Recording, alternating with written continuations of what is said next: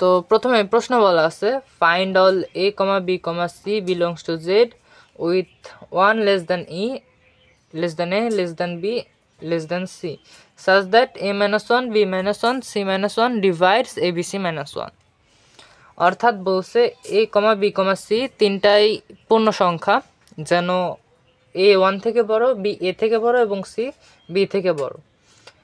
আর বলছে কি যে a minus 1 b minus 1 c minus 1 a b c minus 1 কে নিঃশেষে বিভাজ্য করবে। তো চলো প্রবলেমটা সলিউশন করা যাক। তো এখানে প্রথমে বলছে যে a minus 1 b minus 1 c minus 1 divides a b c minus 1। এটা প্রথমে দেখলে মনে হয় যে এটা একটা ডিভিজিবিলিটির প্রবলেম। আমরা এটাকে ডায়াফন্টাইন ইকুয়েশনের মাধ্যমে সলভ করব। তো ধরি যে এটা ভাগ করলে ভাগফলটা আমার n আসবে। এটা দিয়ে ভাগ করলে ভাগফল আসবে n। তাহলে আমরা লিখতে পারি যে a b c minus 1 এর minus 1 হবে equal n a minus b a minus 1 b minus 1 into c minus 1। তো প্রথমেই এইগুলা প্রবলেমে তোমাকে ছোট ছোট কেস ধরে চিন্তা করতে হবে বা ছোট ছোট নাম্বার বসায় চেক করতে হবে। তো চলো প্রথমেই চেষ্টা করি যে যদি n ইকুয়াল 1 হয় তখন কি হয়। তখন a b c minus 1 n যেহেতু 1 তাহলে তিনটায় থাকবে a minus 1 b minus 1 R c minus 1।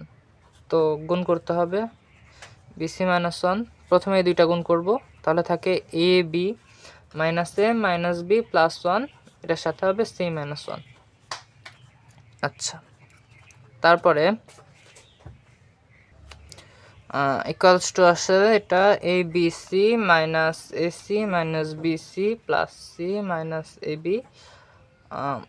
plus a plus b একটা minus 1 আছে। আচ্ছা তো আমরা দুই সাইড থেকে abc আর abc বাদ দিতে পারি, -1 ও বাদ দিতে পারি। তাহলে লিখতে পারি 0 equals to minus ac minus bc plus c minus ab plus a plus b। আচ্ছা তো মাইনাসগুলোকে এক সাইডে আনি তাহলে থাকে ac plus bc plus ab equals to আছে a plus b plus c। এই দুইটা ইকুয়াল হবে। কখন ইকুয়াল হবে? যখন সবগুলো এক হবে। তাছাড়া কিন্তু এগুলার ইকুয়াল হওয়ার কোনো অপশন নাই যে a equal b equal c equal 1 হইলে একমাত্র এই দুইটা সাইড ইকুয়াল হইতে পারে।